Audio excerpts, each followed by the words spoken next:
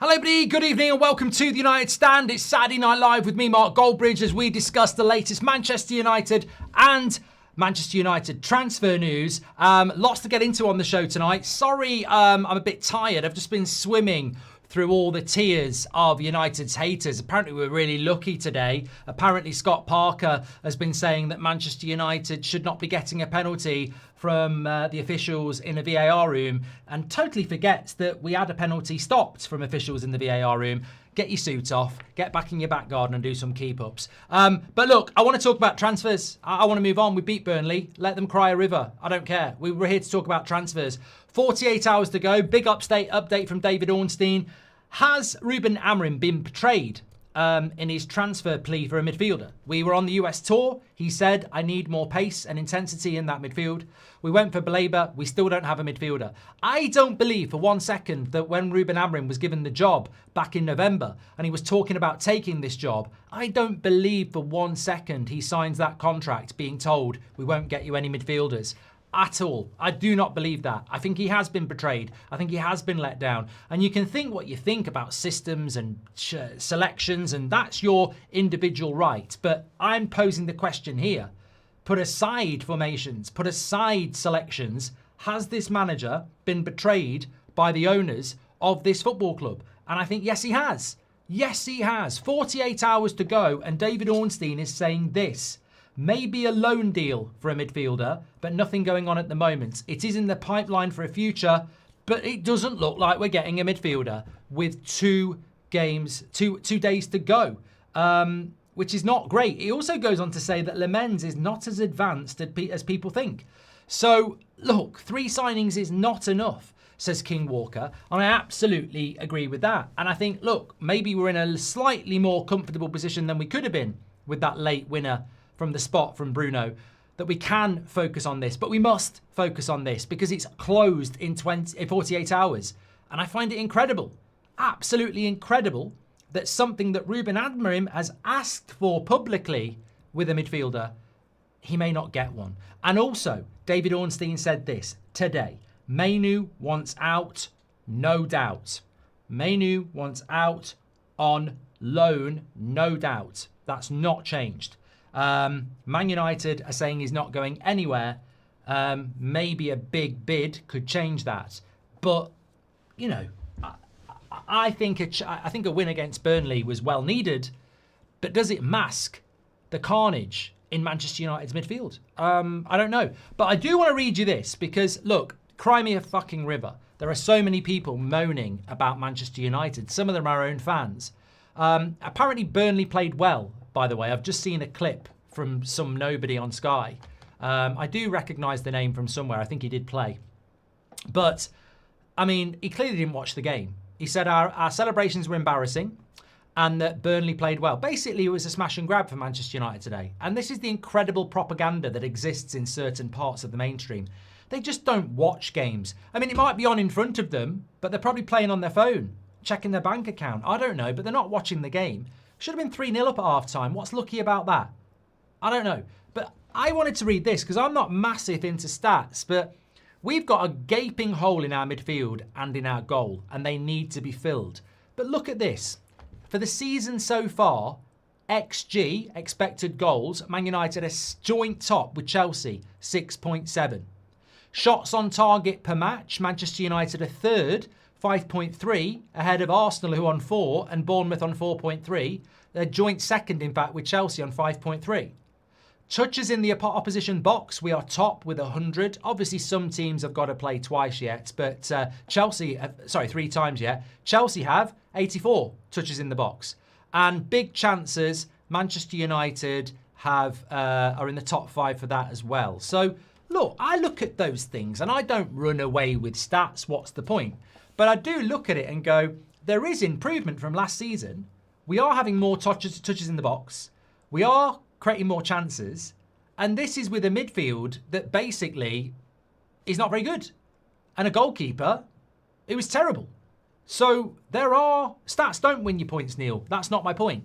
Stats don't win you points. You're absolutely correct. You know I'm not a massive fan of stats. But what I'm saying is you can't move away from the fact that comparable to last season, we're having way more touches in the box and we're creating way more chances. And this is with a shit midfield and a shit goalkeeper. And I'm sort of like, Spurs inexplicably dropped points today. They could be going for 5th. I think Newcastle drew today, so Newcastle have got less points than us. Interesting. Is Eddie Howe being sacked? Newcastle have got 2 points from 9. We've got 4 from 9. We are 2 points off Spurs. They're the clubs I'm looking at. I'm looking at 5th place. If I'm Sir Jim Radcliffe tonight, I'm looking at that league table and I'm going, forget Chelsea, Arsenal, Man City, Liverpool. Forget that. Where are Newcastle? Where are Villa? And where are Spurs? They're the 4 teams I'm looking at. And I'll tell you where they are. Right within our grasp. But they won't be with that midfield and that goalkeeper. So, Amorim said it. I'll say it. And I think most of you will say it. You've got to get that checkbook out and you've got to buy a fucking midfielder. Because if you don't, I'm happy to say, well, I'm not happy to say, I'm convinced to say, you might be sacking a manager by Christmas and you will not be in Europe next summer. And I'm tired of saying this. I'm tired of saying this. I remember saying this when Ollie was top in January that season. We were top. I remember singing, we are top of the league, said we are top. It wasn't a dream. It did happen. There's a clip of me singing, we are top of the league. And we were top of the league, and it was in January. It wasn't goal difference on day one. And we basically sat there and said, it's very unlikely we're going to win this league, but if we want any chance of winning the league, we need to sign this and this, and we didn't. And there's been plenty of other years where we've gone, if we want to be in the Champions League in January, we better do this, and we don't do it. And here we are saying it in the summer this time. If you want to be in the top 5 and in the Champions League, buy a midfielder. And you know what? Being in the Champions League brings about £100 million into this club. The first instalment on a decent midfielder is going to be 25 million. 25 million to bring 100 million in. And, on a footballing level, it absolutely has to happen. On a financial level, it absolutely has to happen. But we've only got 48 hours. We've only got 48 hours to do it, and we haven't even got the goalkeeper. So I say Amorim's been let down. I say Amorim has been ignored. I say Amorim has not been backed properly in this transfer window. Absolutely not. With those XG stats, we should sign Šeško to finish this, Parker. Did you see this, actually? I mean, look, I'm sure we could talk about many journalists today, but this was written in the Telegraph. It's early days, but Man United 74 million Slovenian striker. I mean, 74 million. 74 million. When did we spend 74 million pounds on? I mean, welcome to the UK, where bullshit sells. 74 million. It wasn't 74 million. It was 66, wasn't it? 67 maybe? 74 million? Oh no, put that in your article. Man United 74 million Slovenian striker looks more like Wout Weghorst than Ruud van Nistelrooy. In the Telegraph tonight. The guy hasn't even started a Premier League game yet. And he looks like Wout Weghorst. What did I say? We need to create a siege mentality in this football club. I don't know why we listen to the media. But look, regardless of Cunha's walking out of Old Trafford looks more positive. Listening to Amorim after the game, it feels like Mount wasn't injured. It was more a panic to get him off the pitch so he doesn't get injured. So hopefully that's not happened. But they're after us. Even when we win, they're after us. They're after us. And I just think that as a fan, as a manager, and for some of the players, actually, I look at people like Cunha and Burmo, Yoro, De Ligt. These are players that are working really hard. They deserve a midfielder as well. It's not just the fans. It's not just Amorim. It's the players as well. Some of those players are really up for this season. They need a goalkeeper and they need a midfielder as well. Otherwise, they're going to be banging their head against the brick wall. I can't believe we're in this situation where it might not happen. I need to be surprised. I need to be stunned. I've got absolutely no idea where we're going to get a midfielder from. And I don't really want a loan deal. Just to pick up on what David Ornstein said, maybe they can do a loan deal in the next 48 hours. I mean, I've just seen, and I don't understand this deal at all. If anybody understands it, I don't know. And I'm learning more and more about the Bundesliga every day. But Veerman of Leipzig has just gone on loan to Marseille with a option to buy. So maybe we can do something like that. Because I'm seeing more and more clubs doing this. But, I mean, And I'm not saying that's the midfielder we should have gone for at all. Absolutely not. But what I'm saying is there are weird deals being done. Like, we can't just do nothing. We absolutely cannot do nothing. Injuries are going to happen. We saw it today. Injuries will happen in this team. And,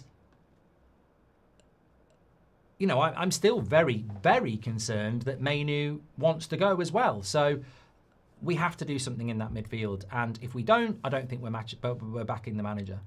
With 3 points off the top, says Jack. I mean, remember, we have got Man City and Chelsea straight after the international break. Jordan says, this transfer window has been shocking, but so many fans said we were back before the start of the season. We'll be lucky to get top half this year. If I said to you, where do you think we're going to finish this season? Just if you're in the live chat, if you're not watching, get it in. I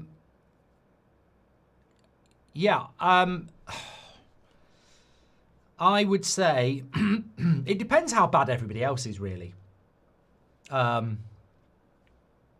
Yeah, it depends how bad everybody else is. I mean, I sort of agree with Amit saying 8th.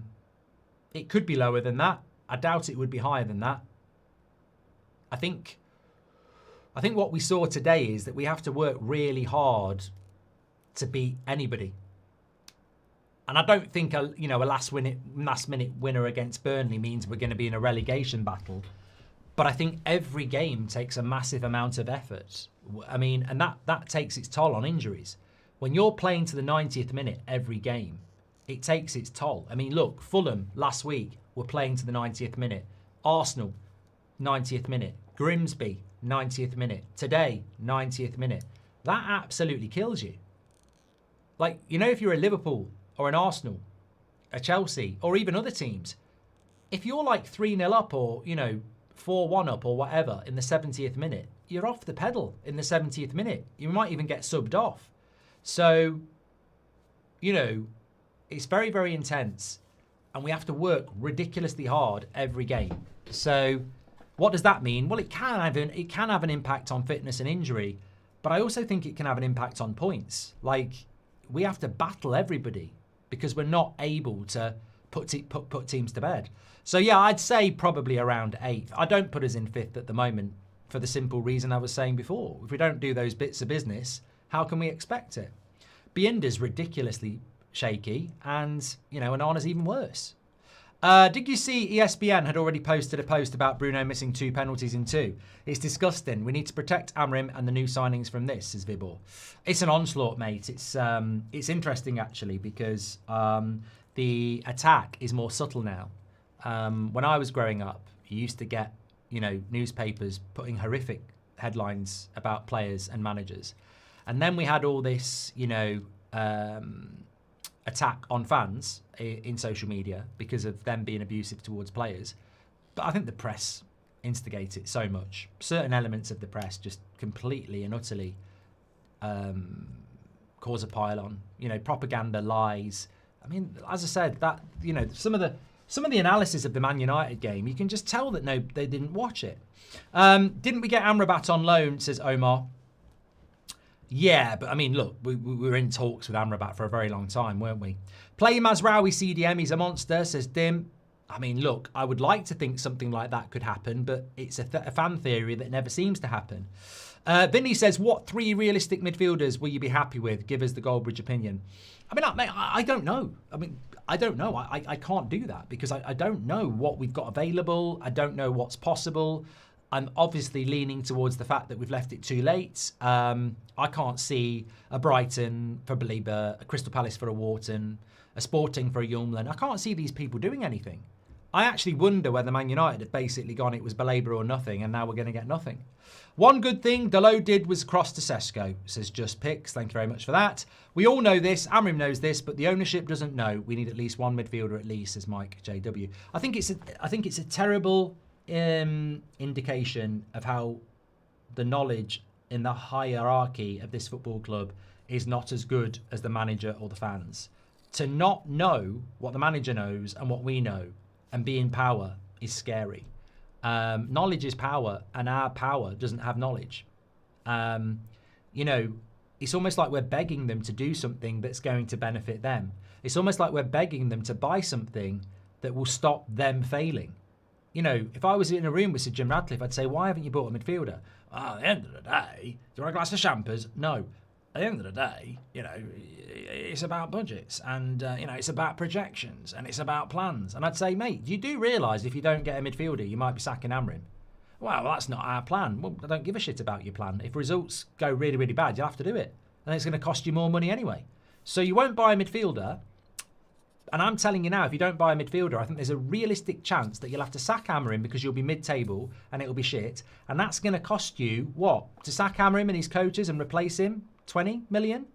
Then you've got to back another manager from scratch, you know, another 200 million. So you won't buy a midfielder for this manager. And I'm telling you, will be worse without it. And you might have to spend tens of millions of pounds replacing another sacked manager. Well, at the end of the day, I've not thought of it like that. Yeah, you don't think about a lot of things, do you? Gary Neville mentioned something to you in an interview and you said you didn't think about it. Why aren't you thinking about it, Jim? Why aren't you thinking about it? Why are you not thinking that not buying a midfielder could cost you more money in the long run? And why are you not buying it anyway because it's going to make us better? This is to make you, you know, I'm actually giving you instructions on how to do your job better, and that if you don't do it, you're going to fail. So why won't you do it? There's no financial reason not to do it, and there's no footballing reason not to do it. So basically what we're talking about is just total and utter naivety. It's crazy to me. This transfer window has been shocking. That was from Jordan Shaw. We've done that. McFred or Bruno Miro? Bruno Miro, Emmanuel. Bruno played well today. I gave him man of the match. I probably should have given it to Mbeumo, but you know what? I panicked.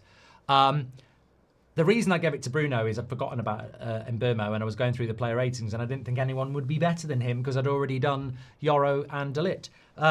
But look, Bruno played well today. Casemiro, I gave him 5.5, so he wasn't terrible. But you know what? At Old Trafford, which is a home game, against Burnley, who will be relegated, I would expect Bruno and Casemiro to get by as two midfielders. I don't know whether I'm in the minority there, but I would expect Bruno and Casemiro in the safety of Old Trafford against the relegation side. I would expect them to do okay. I'd expect them to do well. And they did okay/well. And let's not forget, we are paying them the not cheap sum of £600,000 a week. Which £600,000 a week, by the way, would get you 2 world-class players from anywhere in the world. So Bruno and Casemiro were fine today. They were absolutely fine. But look at the opposition. Now, if I take Bruno and Casemiro to Aston Villa away against McGinn, Onana, and whatever, you know, Kamara, they might not do as well. If I take them to Crystal Palace against Wharton and co., they might not do as well. And I'm not even talking about home and away against teams like Liverpool, Tottenham, Chelsea, Man City. So, look, Bruno and Casemiro were fine today. But it's Burnley. And I figured this out against Grimsby. I was watching us play against Grimsby with Mainoo and Bruno in the midfield, and I thought we're gradually getting back into the game. And then I thought, it's bloody Grimsby. Amorim described them as a 4th division club, which is right if you count the Premier League as 1st division. And I was in that game watching that midfield and I thought, we are going to have a problem this year. I am not in any way, shape or form predicting that we're going to have a good season. I hope we do, but I am not. I'm absolutely convinced that this season is going to be hard. Almost like, you know, trying to survive. It's like throwing somebody into the sea who can't swim with a life vest. Hopefully they won't drown if they don't panic. But I don't think we're going to be okay. I genuinely think it's going to be a hard season. And that's why I was very happy with the result today, because we don't win very often anyway. And we might, who knows when we're going to win again. So I was very happy with the win today. But I don't envisage it being the start of anything. I was encouraged by these stats that we're creating more chances and we're getting in the box more. But we conceded 2 crap goals to Burnley. And you know what? The way we played today, I don't even think Burnley were very good. So if we can concede 2 goals to Burnley, I do wonder, do you not think we were lucky to play Burnley today? That was what I wanted to say in a long way. After that Grimsby result, we bounced back. And I'm very happy we did. But do you not think that, you know, if we'd played Crystal Palace or Newcastle or, God forbid, somebody better, do you think we'd have been okay today? I mean, we might have done. We can beat anybody on our day, but Burnley scored 2 goals and I thought they weren't that good. So, you know, we might have been quite lucky to play Burnley because they didn't really cause us that many problems, even though they scored 2 goals. So there's a lot of work, is what I'm trying to say. There's a lot of work to do. I'm not talking about Amorim out, by the way. I'm not talking about nonsense like that. What I'm talking about is I look at that team and I see 2 major issues in it that are going to give anybody a chance. For example, if I'm, let's say, I don't know, I'm trying to think. I don't want to use Crystal Palace again. If I'm David Moyes at Everton and I'm playing Man United, I know 2 things. 1, let's get in and around and test the goalkeeper when we can. And 2, let's absolutely murder them in the midfield. And I'm going to go for those 2 areas. And if I see Dalot playing left wing back, I'm going to say, absolutely get down that side. So I've got 3 weaknesses there. I mean, hopefully Dalot won't be playing there very often, but that's David Moyes. You know, they're the 3 areas I would be looking at. Why? I don't think in the Premier League you should be going into games with 3 obvious areas of weakness. You shouldn't be going in any. But is that right? Do you think that's right, that a Premier League club is going into every game with 2 shockingly weak areas, midfield and goalkeeper? I mean, you know, if I'm looking at playing Man City, am I seeing a weak area? If I'm playing Crystal Palace, am I seeing a weak area? Not obviously, no. It's not obvious that their left back shit. It's not obvious, is it? And yet for United, we're starting every game with an arm tied behind our back. We only play the way Amorim wants when we have today's starting lineup on the pitch and Dorgu. As soon as we rotate or sub, we fall apart, says Fishcake. Way too young to remember, Barthez, says Nick, so it resonated when you said the shirt swallowed him up. Enlisting a kid to be Man United #1 is so much pressure. With those XG stats, we should sign Sesko to finish, as Parker. United's biggest problem is the midfield and defending corners and set pieces. We will score lots of goals, but without a goalie, we are fucked. 8th or 9th position, says Martin. I remember us discussing this in the summer, though, on one of the many enjoyable 8 o'clock shows. And even in the summer, it was like late July. I remember specifically a 10-minute section where we were talking about how we might perform this season. And most of us agreed that from what we were doing in the window, and I think we had started looking for Sesko then, we were going to have to outscore teams. We were going to concede goals because of the midfield and goalkeeper, and we were going to have to score a lot of goals. And lo and behold, look at what happened today. 3-2. That's going to be very hard. That's what I mean about we have to work hard every game. You'll get a lot of injuries because of it. But I think that's the way we're set up at the moment. I wouldn't say it's entertaining. There'll be a lot of goals, but is it entertaining when you're scoring 1, conceding 1, you know, it's a lot of effort. But the way we're set up, I hope I'm wrong, but it looks like we're going to have to try and outscore the opposition at the moment, because I don't see as I don't think you can control a game if you haven't got a midfield that's good enough. Patrick Lynch says, for the second time in his short tenure, Amorim is being left short again by the ownership. Dorgu was the only signing in January, and now again we have obvious holes in the squad not filled. We've got one hand tied behind us. Yeah, I mean, it's great, Patrick, that you've reminded us of January, actually, because if you remember in the January transfer window, Rashford and Antony went on loan and Ahmad got injured straight away. So our attacking options for the rest of the season, and we were, you know, considering there's two number 10s, a striker, and 2 wide players, all we actually had was Xerxes, Garnacho, and Rasmus, because Mount was never fit. So, you know, he didn't get what he needed in January, and now here we are again, not getting what he needs in the summer. Garnacho has officially gone. I haven't read the quotes. I imagine he's always dreamt of playing for Chelsea. They're the biggest club in the world. Yeah, this is my dream to do this. I especially admired, you know, Yeah, I mean, I don't know. I'm probably not far wrong now, am I? Mike JW says, can we please call out Barada and his so-called plan? It was quoted he had a plan and it looks like there was no plan, but it does not negate the fact our manager has not been backed. Do you call out Barada?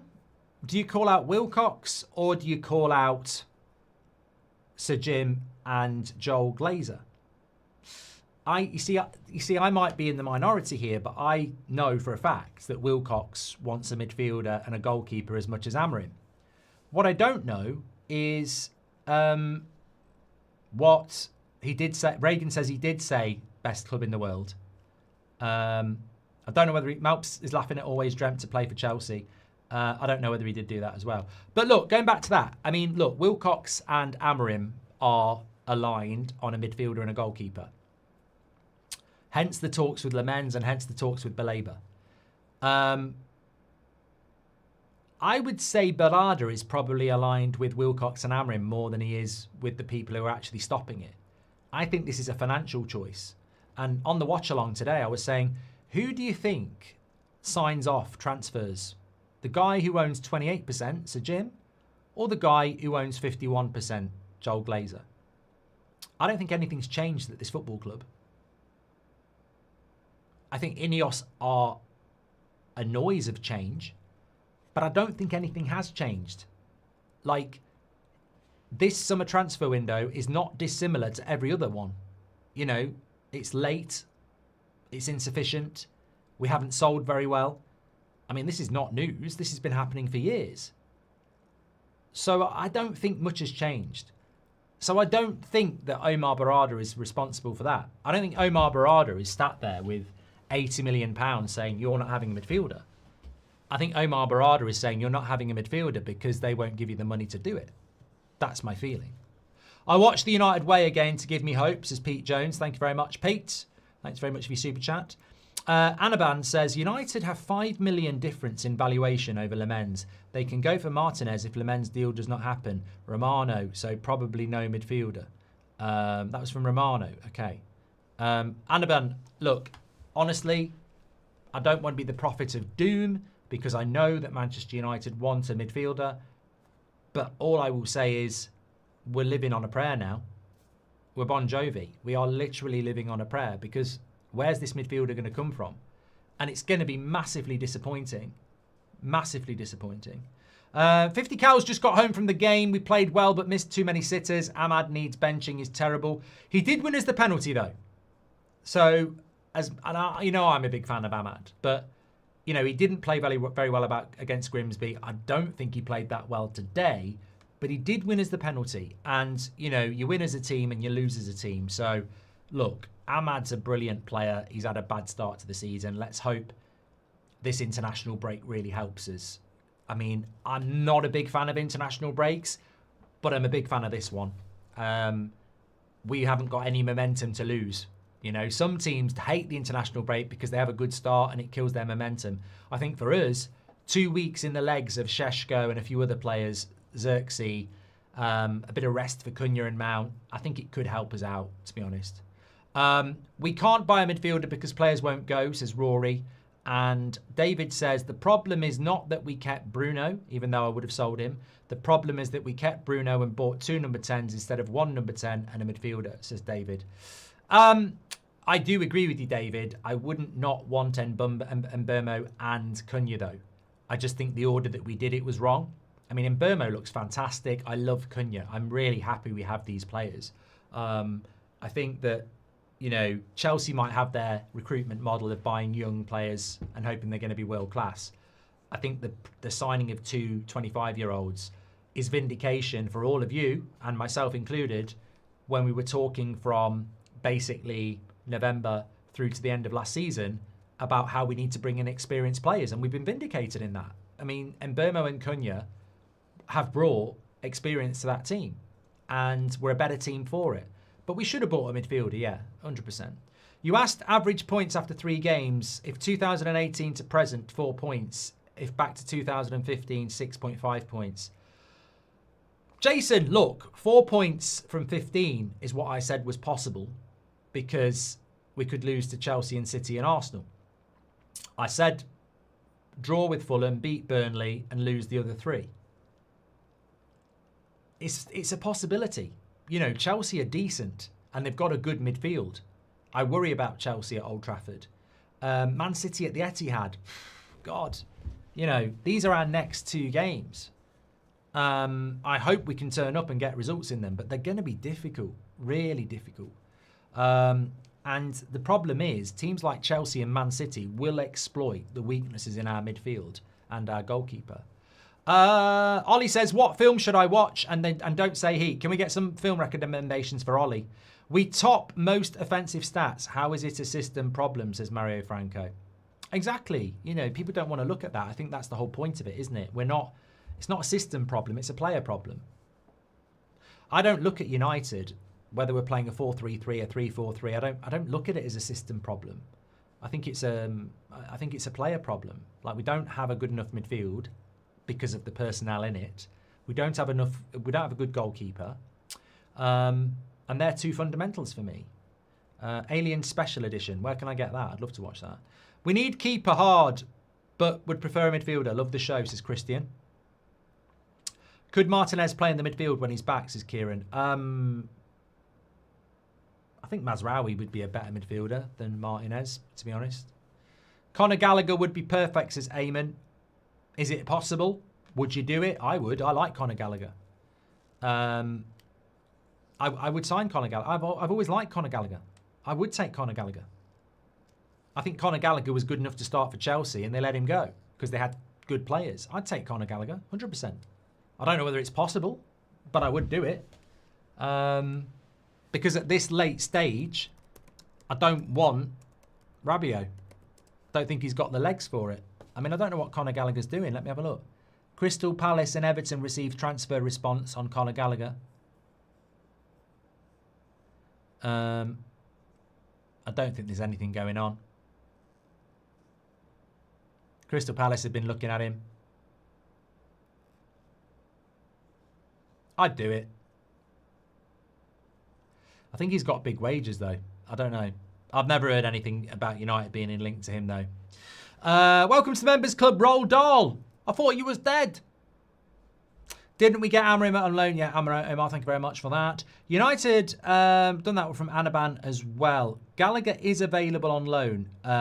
Look, Conor Gallagher, I'll run a poll on this. Would you take Conor Gallagher on loan? Would you take Gallagher on loan? Not Liam. Mad for it. Would you take Gallagher on loan? It just depends what you think about the player. I would take him on loan. He's very, very intense. He moves quite quickly. If it's Conor Gallagher or nothing, I would take him 100%. I'd say he's better than some of our midfielders, and it gives us more options. 4's not enough, you know. I'm hoping Kone's going to have an amazing glow-up this season, by the way, but 4's not enough. So I would take him. As Lindsay said, 100%, and he's Premier League proven. And I completely agree with LG. This is a loan deal. This is not a permanent deal. I mean, look, I'm listening to what David Ornstein said, and he said maybe a loan.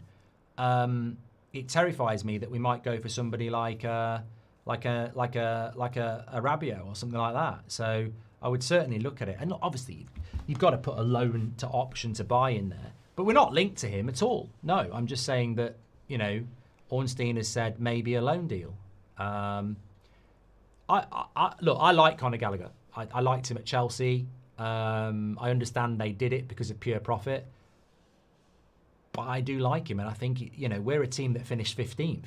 Beggars can't be choosers. Is Conor Gallagher good enough to be in a Villa midfield? Yes. Is he good enough to be in a Newcastle midfield squad? Yes. He's definitely good enough for ours then. Definitely good enough for ours.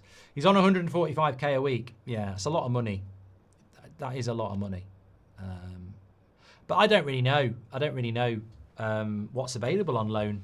You know, it's tough. 80% of you would do it anyway. Is there any news on a midfielder from the German league? Have a good weekend, Mark. There's plenty of good midfielders in the German league, but I'm not, apart from Angelo Stiller from Stuttgart, I don't know. Don't know. Wouldn't be worried if we lose to Chelsea and City. They're miles ahead of us. If we lose to teams like Everton and Wolves, then I'd be worried, as Alex said. I haven't even looked at our next few games. You do know if we lose to City and Chelsea, we'll have 4 points from 15 and the world will go into nuclear meltdown to sack Amorim. I'm just saying that. You know, I agree with you. When you're playing 3 of the top 4 teams in your first 5 games, you know, you might lose a few. But, yeah, we've got Man City at 4:30 2 weeks tomorrow. Then we've got Chelsea at home at 5:30 on the Saturday. I think they play Champions League football, actually, that week. So hopefully they'll get knackered. Then we've got Brentford away at 12:30. And then we've got Sunderland at home before the next international break. So Brentford, Sunderland, Chelsea, Man City.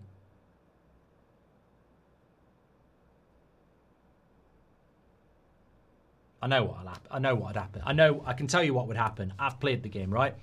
If we lose to Man City and Chelsea, everyone will be going, sack him, sack him, sack him. They won't sack him. They'll give him Brentford and Sunderland, and if he wins both of them, we'll be okay. Then we'll come back from the international break again, play Liverpool away. If we lose that, sack him. Then we've got Brighton at home, win. Then we've got Forest away and Tottenham away. Fucking hell. Yeah, I don't like those two. It's not an easy league, though, is it? It's not an easy league. Wouldn't be worried. Thank you for that from Alex anyway. Ugarte isn't here a year yet. Deep it, says Honk. Yeah, there was a comment about Ugarte earlier. Like, will we discuss Ugarte? I haven't given up on Ugarte. I didn't give up on Rasmus and he's gone. And I'm not giving up on Ugarte. But something's not right. Like, I think there's been a bit of what do they call it? Revisionism on last season. Ugarte had some good games last season and he had some bad games last season. And I think for season 1 in the Premier League, that's fine. But this season, you can't get worse. Kev's in the chat. Big shout out to Kev.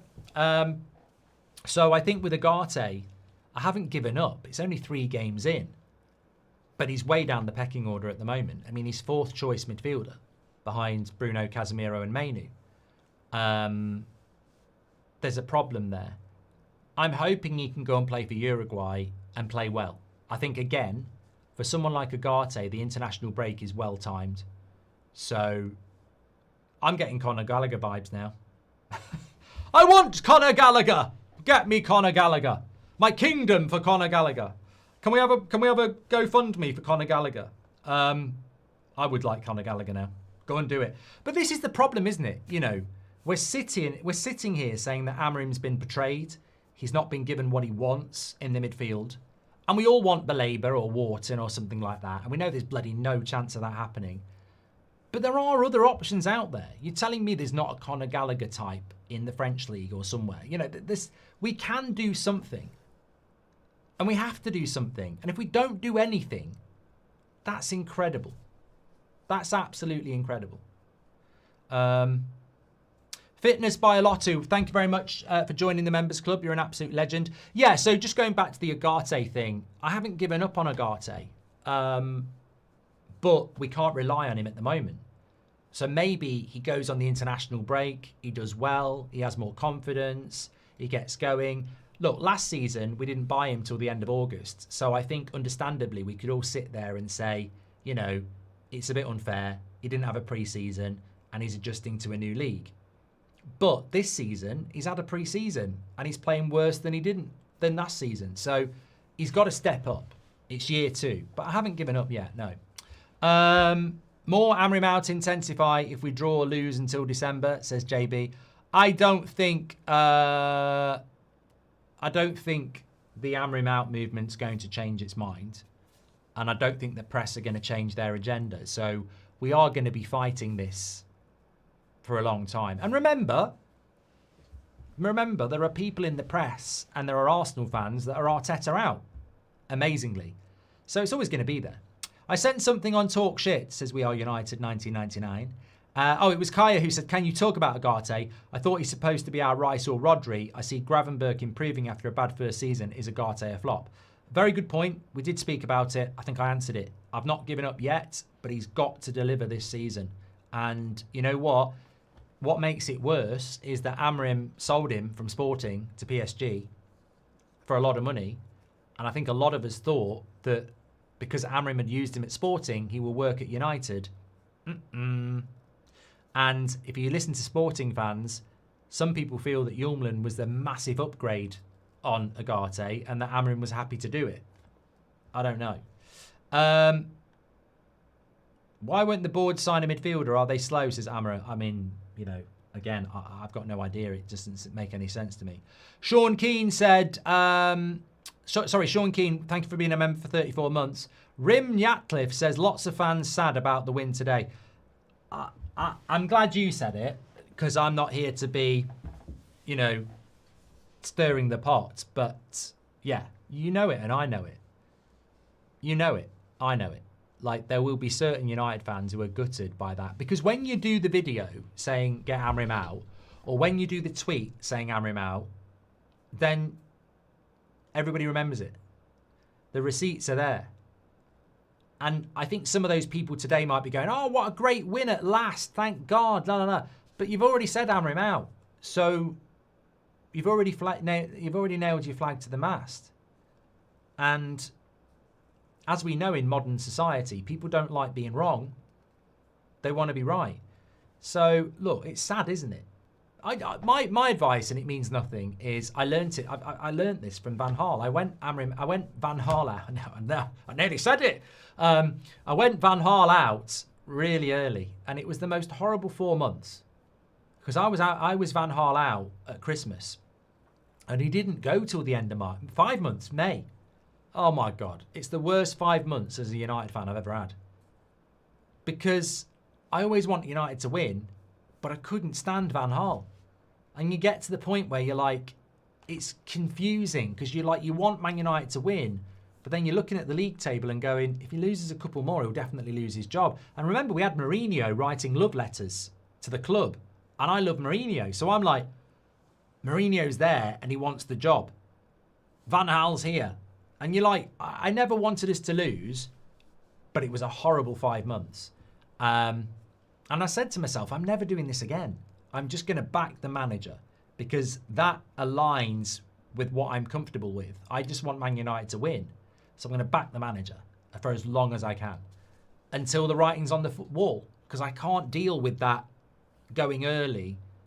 It's a horrible existence when you're screaming manager out and it's not going to happen for ages. It's a confusing headspace and it's toxic. But unfortunately, some people do it and maybe they enjoy it. I don't know. But I think it conflicts with being a fan when you're a manager out, because some of these people, and I was with Van Gaal, you're very vocal manager out, but then you're meant to be a Man United fan, and it's like there's a hypocrisy there, and you're very aware of it in your mind. You're screaming manager out, but you want your team to win, and it doesn't go hand in hand, and it can be difficult. So there will be people tonight who are, at best, conflicted, in some cases disappointed, especially when it's Burnley. There'll be people going, oh, we're that close. We were that one penalty away from a meltdown, you know? Do you think Van Gaal should have been sacked? Yeah, that's the one I don't regret. Obviously not Moyes. I mean, I wasn't doing United Stand when Moyes went, so, and thank God. But with Van Gaal, it's the only manager I really regret. Sorry, I don't regret. I don't know what it was about Van Gaal. I knew. I was right. I was right. But no, I know he won the FA Cup, but he had to go. He bottled it, didn't he? We lost that game to Leicester and he changed his plan. He changed his system, you see? Van Gaal had a system and it was nice. And then we played Leicester and he shit himself. And he changed the way he played and it was shit. It was boring. I regret Mourinho, but I stuck by Mourinho for a long time. But I regret Mourinho going. Ollie, I was Ollie in for a long time, despite what people think. Ranić, I think, you know, obviously should have gone upstairs as director of football. And Ten Hag, I was Ten Hag in for a long time as well. I look, each your own. For me, I find it suits my, not personality. It suits my, it suits me to back a manager and, you know, back my club. I'm more content doing that for as long as possible. I don't like the confliction of being a manager out and then wanting my team to win. It doesn't work. So I'm all in. I'm all in. Until the writing's on the wall, and we're not there. We're nowhere near. We shouldn't get there either. Lots of fans sad about the win today anyway, says Rim. United, I've done that one from Anabin. Thank you very much for that. Maybe Rabiot would be good so we can knock out half the roster for not rotating defensive assignments, says Uriam, and he says I'm only joking. Monster Silver says, hi Mark, if we do sign a midfielder, hopefully within 3 days left in the window, 2 days now, what will be your thoughts in the January window? I know I'm thinking ahead, but what changes do you want to see? I don't take any notice of the January transfer window. Just like Man United. No, Man United don't like to do business in January. And I wouldn't expect us to do any business in January. I mean, look, there might be one. There might be one. But I'm not really interested in the January transfer window. Because if we're going to ignore the summer transfer window, then why would we be being active in the January transfer window? I don't see it.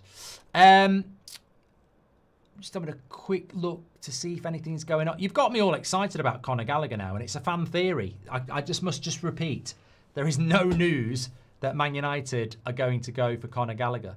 Did you see what happened with Nicolas Jackson, by the way? Wow. So he's flown to Bayern Munich for a dream loan move and a very well-paid move from Bayern Munich to Chelsea. Some would say too much. And then Chelsea, because Delap's been injured, have said that they want the player back. Nicolas Jackson's absolutely devastated because they're basically saying, you've got to come back. I mean, I tell you what, I love football. And you never fail to be amazed by some of the stuff that happens. Stop on, Mark. We want Amorim back, but we want difficult signings considering our budget. Like a teen crying, he got a Toyota instead of a BMW as a gift. I don't know what that means, Alex, but I'm sure it means something. The game today heard fans writing off Šeško, says Ryan. Look, the handling of Šeško, I'll tell you a story about Šeško, right? I fully expected the headlines and certain fans to start calling him names because it happened with Ugarte last year. Ugarte came in with no pre-season and struggled, and certain United fans made nicknames for him and went in on him, which I thought was unfair. The same thing's going to happen to Šeško, right? But he's not match fit. And he hasn't started a Premier League game. I don't like the fact that we haven't given him a go because the same thing has happened to Arsenal. Gyökeres is not match fit, but he started every game. He's got a couple of goals and there's no noise around him being a flop. So they move on to Šeško. I don't think United are helping the situation on Šeško because he's, in everybody else's mind, he's been here a month and he hasn't scored. In our mind, he hasn't even started a bloody game yet. So I think he had 2 chances today on his head and they weren't easy. Apart from that, he hasn't really had any service. So I'm not worried about Šeško because I don't feel he's a Man United player yet. I don't feel like he's even started yet. Let's hope after the international break we see him play more. Luke says Gallagher would be Amorim Sabitzer / Amrabat. Same cycle, not dealing with the real issue. Oh, Luke, I completely agree with you, mates. I really do. But do you want nothing or do you want Conor Gallagher? And that's where we are now. MT90's got my favourite, a hypothetical question. If Arne Slot quit Liverpool tomorrow and said only job he wants is United, would you replace Amorim with him? No. No, I wouldn't see the point. Because unless Sir Jim Radcliffe did an interview saying, I have signed a contract to say that I'm going to bring Arne Slot in and spend £500 million on as many players as he wants, what would be the point? I mean, how many new shiny toy managers do you want? We had Erik ten Hag, the hipster manager from Ajax, failed. We've got Ruben Amorim, the hipster manager from Sporting. People want to sack him. We had Jose Mourinho, one of the greatest managers ever. We sacked him. We've had the ex-player in Ollie who gets it. We sacked him. I don't see the point. in going for another manager because, as I've said so many times, we don't clear house and we don't replace. So, look, if you think, and I'll be fair here, if you think changing a manager will make these players get us into title races, crack on. I even agree with you. If you think that, do it. I don't look at it like that. I look at United and I go, I'm changing the owners and I'm changing the players before I change the manager. So no, I wouldn't be changing Amorim. What's the point? What's the point? If you give Amorim, Gravenberch and McAllister, I think we're going to be a very good team. If you give Slots, Bruno and Casemiro, I think Liverpool ain't finishing the top 4. I mean, can you imagine Liverpool with their double pivot being Bruno and Casemiro? It's a very simple mind exercise. Put Casemiro and Bruno as the 2 midfielders for Liverpool and tell me what's going to happen. They ain't going to win the bloody league. No way. They're not winning the league. No way. Let's put Bruno and Casemiro in Newcastle's midfield. Plummet. I'll tell you what. Let's put Bruno and Casemiro in Arsenal's midfield. Yeah. They'd get destroyed. They'd get destroyed. That would become a very weak midfield. And that's our starting midfield. So I rest my case, Your Honour. Unless you're going to change your midfield, why would you change your manager? Do you think Amorim is ready to walk out if we lose today? No, I don't think so. I mean, he was saying after the game he loves his players. And he said, look, this is why I'll always be good for you, the press, because I'm very passionate. I think he says how he feels. I don't think he would have gone. I don't think he would have gone, JB, no. James says, would you take on a polar bear for 3 rounds for Manchester United to win the league? Mate, James, I was asked this last week. So basically what you're saying is, would you get eaten by a polar bear so that Man United could win the league? What benefit do I get out of this? Because I tell you what, as much as I might think, oh, I'll be a martyr and they'll build a statue, I absolutely bloody won't. People will just laugh. So, no, I wouldn't do it, James. Paul Cassidy says, do you hear Sir Grim gave the squad a pep talk post-Grimsby? Showed him his successes at his other football clubs. Oh, come on, Paul. We're not falling for that. John Doherty, thank you very much for your super chat this evening. What changes would you do to this team, says Rare. I mean, look, I wouldn't just get a midfielder and a goalkeeper. I would get certainly another wing back, probably 2. And I say wing back, I mean attacking wide players. I think we do need another striker long term. I don't believe that Šeško's backup is sufficient because I don't think Xerxes is a striker. Hopefully Obi will come through. Would you fight 10 koala bears for top 5? But I like koala bears, Brian. Give me 10. I'll have the RSPCE, right? It's not worth it. Yeah, so I think we definitely need a couple of wing backs. I think we definitely need a proper striker to, compete with Šeško at some point.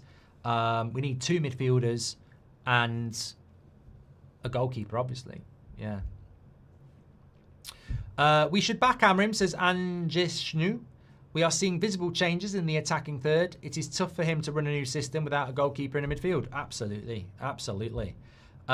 It's already happening. Some people calling him Benjamin Tesco and Benjamin Šešpool. He's already been here 3 weeks. People need to calm down. Yeah, but Jack, we can't complain about it because there'll be people in our fan base doing it.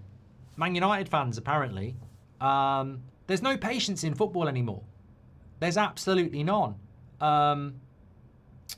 I literally heard a footballer talking about it not that long ago. I mean, we've spoken about it for a long, long time. There's just no patience anymore. I mean, I think back through the years, when we bought Ronaldo from Sporting, we were all looking at that as a 3-year project. He exceeded it, but we were looking at that as a long term. I remember buying Rooney and thinking, that's one for the future. Look at the start he had, but that's how you used to look at it. I remember Van Nistelrooy coming in and you were like, you know what, it might take him a bit of time. Andy Cole coming in, even though he was banging goals in the Premier League, you just think, big club, big step, got to get used to the team. So, and Andy Cole didn't settle in straight away and he was the Premier League's best striker, in my opinion, at Newcastle. There is no patience anymore. And what's the difference? 20 years ago you got patience and now you don't. There's no logical reason why you shouldn't get patience, but we don't live in a very patient society, do we? Swipe this, swipe that, don't want to queue, this, that and the other. Andrea says, thanks for last night. What are you talking about? Would you fight 10 Sir Jim Radcliffe, says Baron.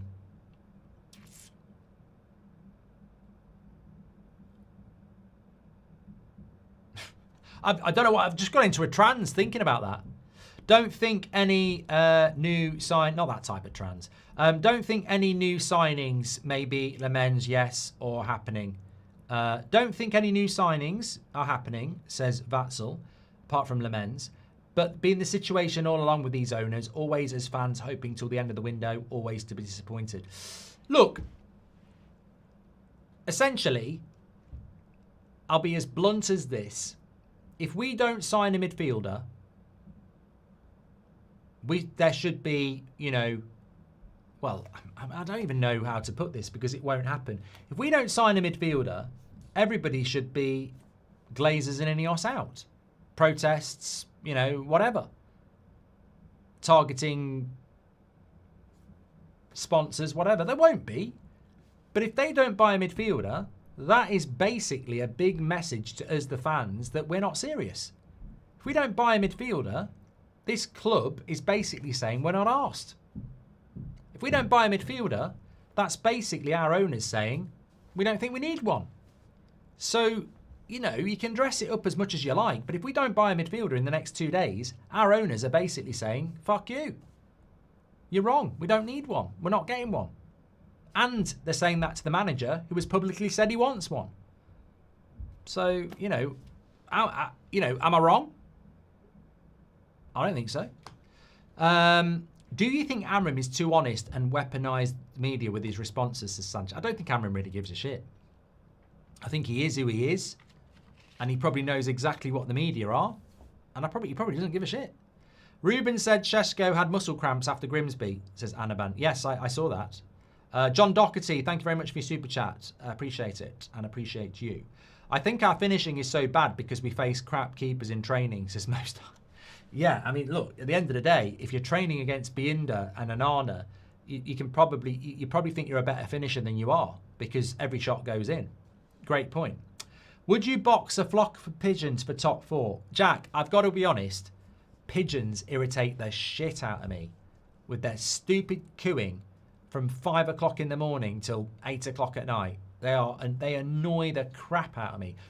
I like birds, the ones that fly, but pigeons do my head in. The noise goes right through me. So if they were pigeons that fancied it and they flew into the ring, not accidentally, but they flew into the ring wearing boxing gloves, they're having it. I'll take 100 on. If they want it, I'll have it. I mean, they have got little claws on, haven't they? But, yeah, I'm up for that. I'm up for that. Thank you, Jack. Would you fight 10 Rory Jennings, says Carlo. There's a funny line I could give you, but we'll leave it there. Mainoo and Bruno were staring at each other's asses today, occupying the same position. Both negated each other, felt like one player down.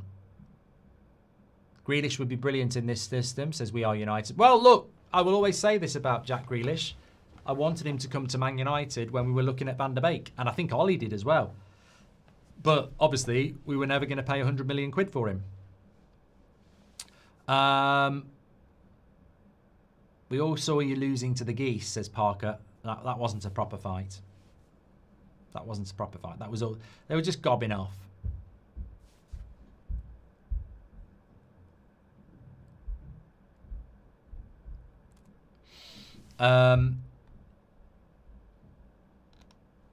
Hand on heart, will we sign a midfielder? I don't sit on the fence, no. No, I think we're going to be very angry on Tuesday. Well, I say on Tuesday. The window closes at 7 o'clock on Monday. We've got an 8 o'clock show. It's the transfer review show. I'm quite pleased the window's closing at that time because it means we can do the normal 8 o'clock show. So at the moment, the transfer window for me is a 4 out of 10. It's been a 5 for a long time. I've dropped it to a 4.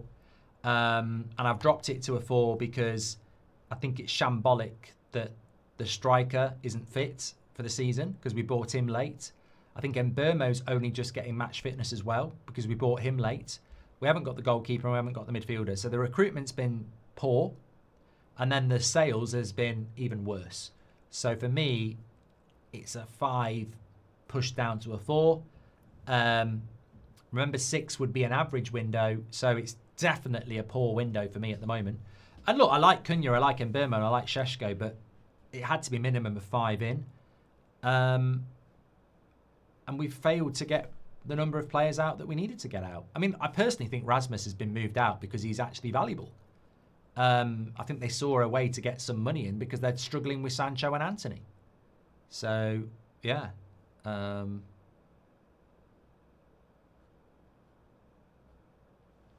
sad thing is, for the next 2 days, we're going to see all our rivals spending a lot of money. Yeah. If you want the glory that we had in the past, work for it and wait till it works out, says Vasanta. What do you think is going to happen with Mainoo? I mean, I'm surprised nobody asked me that question already. I don't know what happens with Mainoo because it's a bit like the Nicolas Jackson story. He flies to Bayern Munich and then Chelsea pull the plug, which is extraordinary. And I think with Mainoo, he's asking to go and United are saying no. I find this really weird. I just find it really weird that you've got a player saying, I want to go. And United are saying no, quite rightly. But then it contradicts exactly what, Ruben Amorim has said publicly. We only want players here that want to stay and work hard. And then we've got a player that doesn't want to stay here and work hard. And you are saying you can't go. So, look, I'm hoping the window closes and we are where we are with Mainoo. Obviously, I want another midfielder to come in. But you know what? Somebody said, David Ornstein said it, and he's absolutely right. Mainoo publicly saying he wants to go on loan has sparked a lot of interest. Will any of those clubs say, there's 50 million quid? Newcastle have got it. They just don't probably need Mainoo. Spurs might have it. They just don't need Mainoo. There are clubs that have got the money to give us £50 million for Mainoo. Fortunately, I don't think any of them have a place for him in the midfield. So, look, Mainoo's situation's really weird. I'm hoping he's going to stay, but you can't dispute the fact that he wants to go on loan. I've been at Old Trafford today, says Emily Derry, so I have a bit to catch up on, but unfortunately, unlike the game, the ending sounds disappointing. Thank you very much, Emery. Thank you very much. Hope you had a great day. Hope everyone's had a great day. I'm going to go and watch a film tonight. It's been a long day. We got 3 points. I'm back with you early tomorrow because Seb's got a match at 10. So the day tomorrow looks a bit like this. I will get up and do a morning show at about 8:45 for half an hour. Then I will be doing a 8 o'clock show tomorrow night. If anything happens in between, obviously we'll react to that, and hopefully it will. And then I'm doing Liverpool against Arsenal tomorrow as well. So on That's Football. So busy weekend, and then it's not Bank Holiday Monday, it's Transfer Deadline Day Monday, isn't it? No time for an after show tonight, lot. I'm absolutely exhausted. I just feel like a hot bath and a film. I'm getting old. Goldbridge. I won't be here forever. At some point, these will be a figment of your imagination, these shows, so enjoy them while they're here. Take care, everyone. Stay safe, and I will be speaking to you tomorrow. Carlos says, imagine Mark Goldbridge against Joel Glazer boxing match. Earnings go into the transfer budget. We could have spent more than Arsenal and Liverpool. No, Goldbridge against Joel Glazer boxing match. Career on the line. I lose, United stand shuts down. He loses. They have to sell United completely. I'm up for that. Career on the line. I remember Ultimate Warrior and Randy Savage, Macho Man, the career on the line. That would be a sellout. All proceeds go to Man United's transfer budget. Imagine that. We'd be doing that at Madison Square Gardens. The interest would be huge. Not because it's me and Joel Glazer, but because it's for the career. You have to sell Man United if you lose.